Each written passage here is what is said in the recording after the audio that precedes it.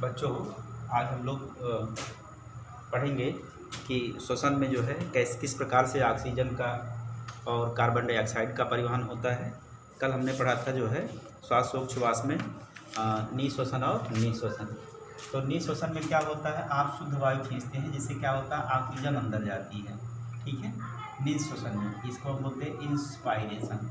और जब आप निःश्वसन करते हैं तो उसमें से जो है कार्बन डाइऑक्साइड बाहर होती है और ये कैसी होती है, अशुद्ध वायु होती है, अशुद्ध वायु होती है। और ये क्या होती है, जब ऑक्सीजन की मात्रा ज़्यादा होती है तो क्या कहलाती है हमारे लिए, शुद्ध वायु।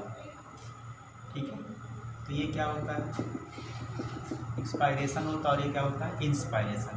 निःश्वसन और इसे बोलते हैं निःश्वसन।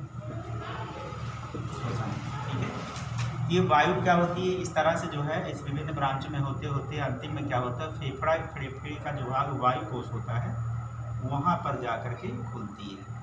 ठीक है बच्चों, कहाँ खुलती है, फेफड़े के वायु कोश में इस तरह की रचना होती है वायु कोश। ठीक है, तो ये वायु कोश में जो है यहाँ पर रुधिर केशिकाओं का इस तरह से जाल फैला रहता है,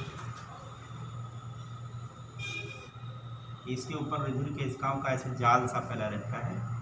अब इसमें क्या होता है, रुधिर में क्या क्या होता है, प्लाज्मा होता है, आरबीसी होता है। ठीक है, तो ये सब घटक उसमें पाए जाते हैं। पर जब ऑक्सीजन को यहाँ से शुद्ध वायु को जब खींचा जाता है तो इधर जो है जब आता है यहाँ पे, तो यहाँ पर शुद्ध वायु में ऑक्सीजन की मात्रा ज़्यादा होती है। तो विसरण के द्वारा ऑक्सीजन कहाँ चला जाता है, कार्बन डाइऑक्साइड, तो ऑक्सीजन कहाँ चला जाता है, रुधिर केशिकाओं में चला जाता है। ठीक है, तो यहाँ पर दाब अधिक होने के नाते ये जो है रुधिर कोशिकाओं में चला जाता है और उस प्रकार से यहाँ पर जो है जब श्वसन हुआ, कोशिकीय श्वसन के दौरान कार्बन डाइऑक्साइड जब बनता है तो कार्बन डाइऑक्साइड जो है उसकी मात्रा यहाँ पर ज़्यादा होती है। तो इसकी कार्बन डाइऑक्साइड की मात्रा जब यहाँ पर ज़्यादा होगी तो विसरण द्वारा वायु कोशों में चला जाएगा। तो ये जब इधर आता है तो कार्बन डाइऑक्साइड कहाँ जाता है बच्चों, इधर जाता है, CO2 यहाँ आ जाता है, ये कौन है, O2 है।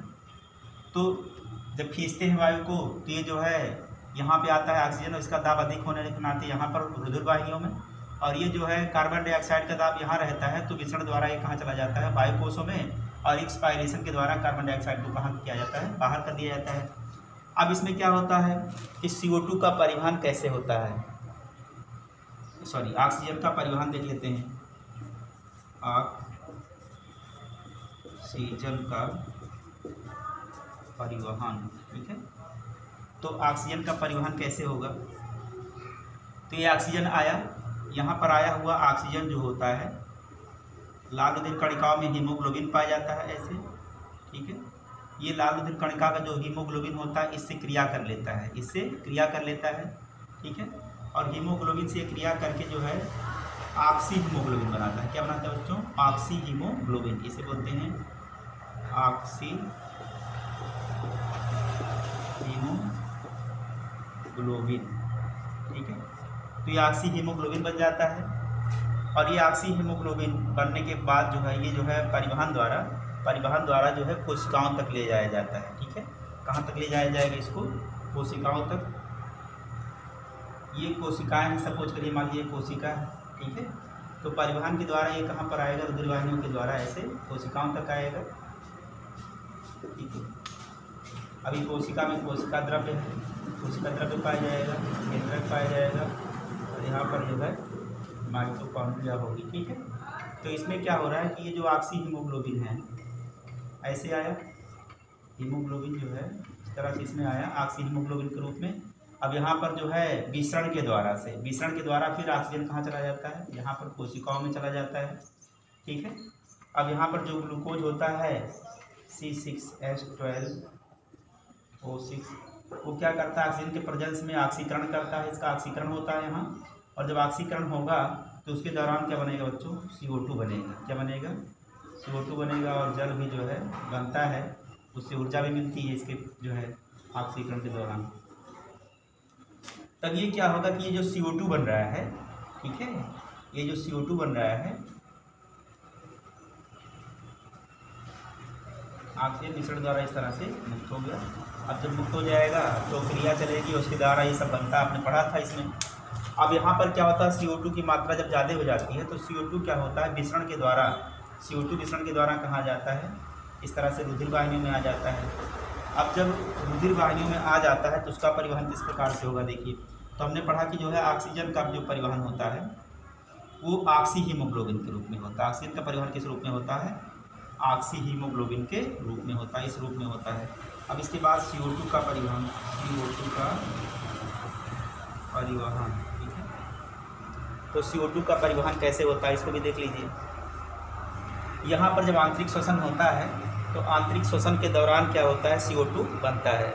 अब ये CO2 का परिवहन किस प्रकार हो रहा है, ठीक है, CO2 का परिवहन किस प्रकार हो रहा है इसको देख लीजिए। तो CO2 के परिवहन में कार्बन डाइऑक्साइड का, CO2 का लगभग 7% भाग, ठीक है, कार्बोलिक अम्ल के रूप में, ठीक है, किस रूप में, कार्बोलिक अम्ल के रूप में, कार्बोलिक अम्ल के रूप में, ठीक है, प्लाज्मा जल के साथ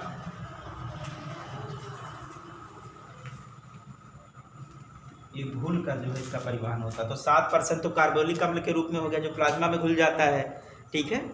इसके पश्चात 70% बाइकार्बोनेट के रूप में, CO2 का कितना परसेंट, CO2 का जो है 70% किस रूप में, बाइकार्बोनेट के रूप में, बाइकार्बोनेट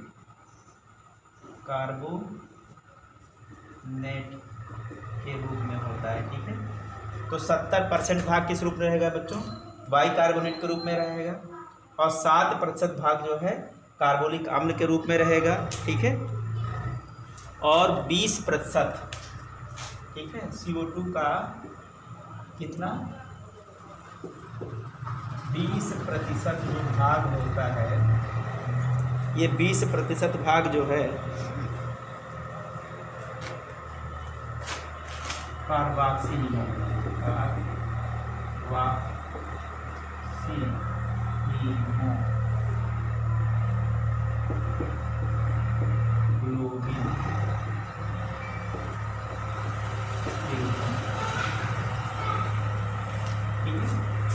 कार्बोक्सी हीमोग्लोबिन के रूप में परिवहन होता है। तो देखिए CO2 का जो 7% है वो कार्बोनिक अम्ल के रूप में प्लाज्मा में घुल करके, ठीक है, और 70% भाग जो है बाइकार्बोनेट के रूप में, और जो 20% भाग होता है वो कार्बोक्सी हीमोग्लोबिन के रूप में जो है इसका परिवहन होता है, ठीक है। ये विसरण के द्वारा ये रक्त में आ जाता है, और जब रक्त में आ जाता है तो देखा है आपने कि प्लाज्मा जल में घुलेगा, फिर बाइकार्बोनेट के रूप में जाएगा, और ये कार्बोक्सी हीमोग्लोबिन के रूप में जो है यहाँ पर जाएगा, और इसका परिवहन होगा। और जब ये परिवहन होगा तो फिर ये यहाँ पर आएगा, ठीक है, यहाँ पर CO2 आएगा रुधिर में प्लाज्मा जल के साथ में, ठीक है, कार्बोक्सी हीमोग्लोबिन के रूप में, और इस तरह से जो है बाइकार्बोनेट के रूप में कार्बोक्सी हीमोग्लोबिन के रूप में आएगा, और विसरण के द्वारा ये कहाँ चला आएगा, विसरण के द्वारा जो है ये कार्बन डाइऑक्साइड मुक्त हो जाएगा, वायु कोशों में आ जाएगा।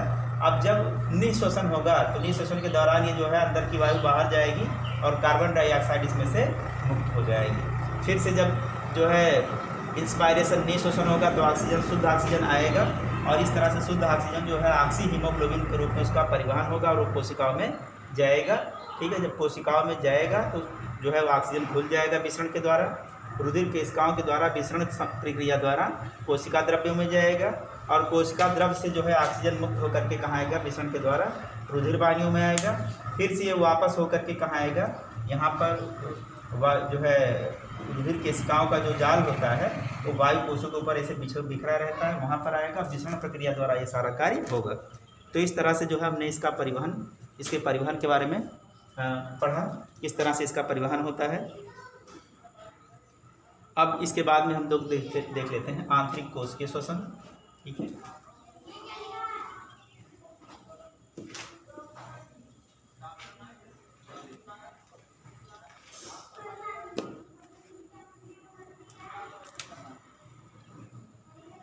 अब ऐसे लिख लेते हैं, अब इसको कोशिकीय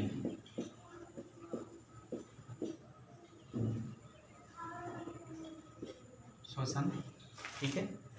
तो कोशिकीय श्वसन जो है दो प्रकार का होगा, एक आक्सीय होगा और एक अनाक्सीय होगा। तो जब भोज्य पदार्थों का आक्सीकरण होता है तो उसके कई पद होते हैं और इसको मुख्यतः दो पदों में बांटा जा सकता है भोज्य पदार्थों के आक्सीकरण को। जो पहला चरण होता है उसे हम लोग जो है ग्लाइकोलाइसिस कहते हैं, ग्लाइकोलाइसिस, ठीक है। पहला चरण क्या है? ग्लाइकोलाइसिस। इसमें क्या होता है, ग्लूकोज के अणु जो है टूटते हैं, ग्लूकोज टूटता है, पायरुविक अम्ल वगैरह में बदल जाता है। तो यहाँ पर ग्लाइकोलाइसिस में क्या होता है, ये जो ग्लूकोज होता है, ग्लूकोज टूट करके क्या बनाता है, पायरुविक अम्ल में ऐसे बदल जाता है, ठीक है। पायरुविक अम्ल में इसका कन्वर्जन होता है और ये क्रिया कोशिका द्रव्य में होती है। ये जो वाली क्रिया होती है कहाँ पर होती है, कोशिका द्रव्य में, ठीक है।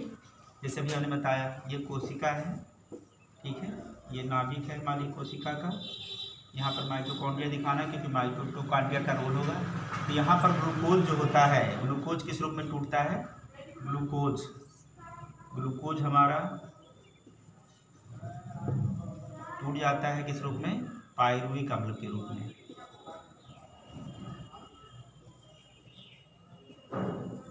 ठीक है। तो यहाँ पर कोशिका द्रव्य में प्रक्रिया हो रही है, ठीक है। तो इसके बाद ये प्रक्रिया जो है, इसके बाद की जो प्रक्रिया है, पायरुविक अम्ल टूट जाएगा, इसके बाद की प्रक्रिया में फिर जो है ऑक्सीजन की उपस्थिति की भी आवश्यकता होती है। कुछ क्रियाओं में और कुछ में ऑक्सीजन की जरूरत नहीं पड़ती है। तो इसके बाद की क्रिया में अगर ऑक्सीजन की उपस्थिति में हो रहा है तो उसे ऑक्सीय श्वसन, और ऑक्सीजन की अनुपस्थिति में हो रहा है तो उसे क्या बोलेंगे, अनाक्सीय श्वसन, ठीक है बच्चों। तो इसमें क्या होगा कि अब इसके बाद में दूसरा जो चरण होगा वो क्रेब्स चक्र कहलाएगा। दूसरे चरण को क्या बोलेंगे हम लोग,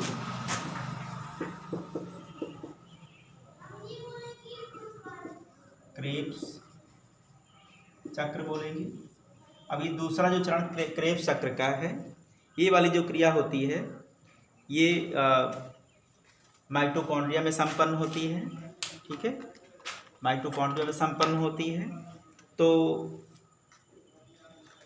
जब पायरुविक अम्ल का ऑक्सीकरण होता है, ठीक है, यहाँ पे पायरुविक अम्ल बना, तो जब पायरुविक अम्ल बनेगा तो पायरुविक अम्ल का पूर्ण जब ऑक्सीकरण होगा, पायरुविक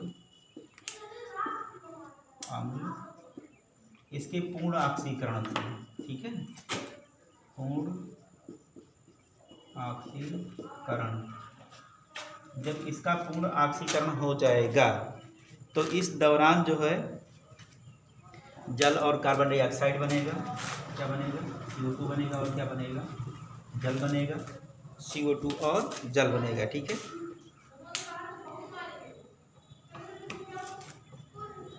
तो जब इसका पूर्ण ऑक्सीकरण होगा, ठीक है, कार्बन डाइऑक्साइड और जल बनेगा और यह प्रक्रिया जो होगी वो माइटोकॉन्ड्रिया में होगी। ये वाली प्रक्रिया कहाँ होगी बच्चों, अब ये प्रक्रिया जो है माइटोकॉन्ड्रिया में होती है। जब पायरुविक अम्ल बन जाएगा तो पायरुविक अम्ल कहाँ जाएगा, यहाँ पे माइटोकॉन्ड्रिया में प्रवेश करेगा, उसका पूर्ण ऑक्सीकरण होगा। पूर्ण ऑक्सीकरण के दौरान इस तरह से कार्बन डाइऑक्साइड जल वगैरह बनेगा, ठीक बच्चों। तो ये बात इसमें होती है, ठीक। तो ग्लूकोज से जब पायरुविक अम्ल बनेगा तो कोशिका द्रव्य में, और जब पायरुविक अम्ल बन जाएगा तो जो है आगे का जो चरण होगा वो माइटोकॉन्ड्रिया में होगा, उसे बोलेंगे हम लोग क्रेब्स चक्र, ठीक है। इसके दौरान पूर्ण ऑक्सीकरण जब होता है तो ये जो है कार्बन डाइऑक्साइड और जल का निर्माण होता है बच्चों, ठीक है। अगर ऑक्सीजन का अभाव है कोशिका द्रव्य में, ठीक है, तो जो पायरुविक अम्ल होता है इसका अपूर्ण ऑक्सीकरण होगा, ठीक है, ऑक्सीजन के अभाव में।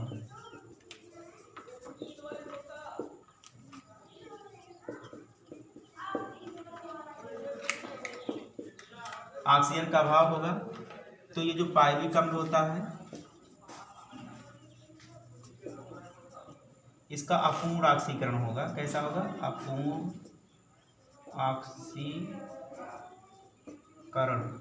जब इसका अपूर्ण ऑक्सीकरण होगा तो उस दौरान जो है कोशिकाओं में एथिल एल्कोहल का निर्माण होता है, एथिल एल्कोहल और क्या बनता है, CO2 बनता है। ठीक है, तो इसे बोलते हैं अनाक्सी श्वसन। तब इस क्रिया को क्या बोलेंगे, अनाक्सी श्वसन। ठीक है, अनाक्सी श्वसन क्या बोला जाएगा, अनाक्सी श्वसन। याद रखना है इसी बात को मेनली, क्या क्या याद रखना है हमको। देखो श्वसन की, जब कोशिकीय श्वसन होगा तो दो चरण होंगे, एक ग्लाइकोलिसिस होगा और एक क्रेब्स चक्र होगा। ग्लाइकोलिसिस में क्या होगा, ग्लूकोज पायरिक अम्ल में कन्वर्ट होगा और ये कोशिका द्रव में होगा। ठीक है, इसके बाद की जो प्रक्रिया हो वो कहाँ पर होगी, माइटोकॉन्ड्रिया में होगी, उसे बोलेंगे क्रेब्स चक्र। इसमें पायरिक अम्ल का जब पूर्ण ऑक्सीकरण हो जाएगा तो ये कार्बन डाइऑक्साइड और जल बना देगा बच्चों। ठीक है, तो ये वाला जो श्वसन है इसको बोलते हैं ऑक्सी श्वसन। अगर ऑक्सीजन की उपस्थिति में हो रहा है, इसका श्वसन हो रहा है, इसे बोलेंगे ऑक्सी श्वसन, ऑक्सी श्वसन। ठीक है, अब अगर इसका ऑक्सीजन का अभाव है कोशिका में तो पायरिक अम्ल का अपूर्ण ऑक्सीकरण होगा और उसे बोलेंगे अनाक्सी श्वसन बोलेंगे, और इसमें एथिल अल्कोहल बनेगा और कार्बन डाइऑक्साइड बनेगा बच्चों। ठीक है, तो इस प्रकार से कोशिका में श्वसन होता है। ठीक है, तो आज के टॉपिक में इतना ही, धन्यवाद।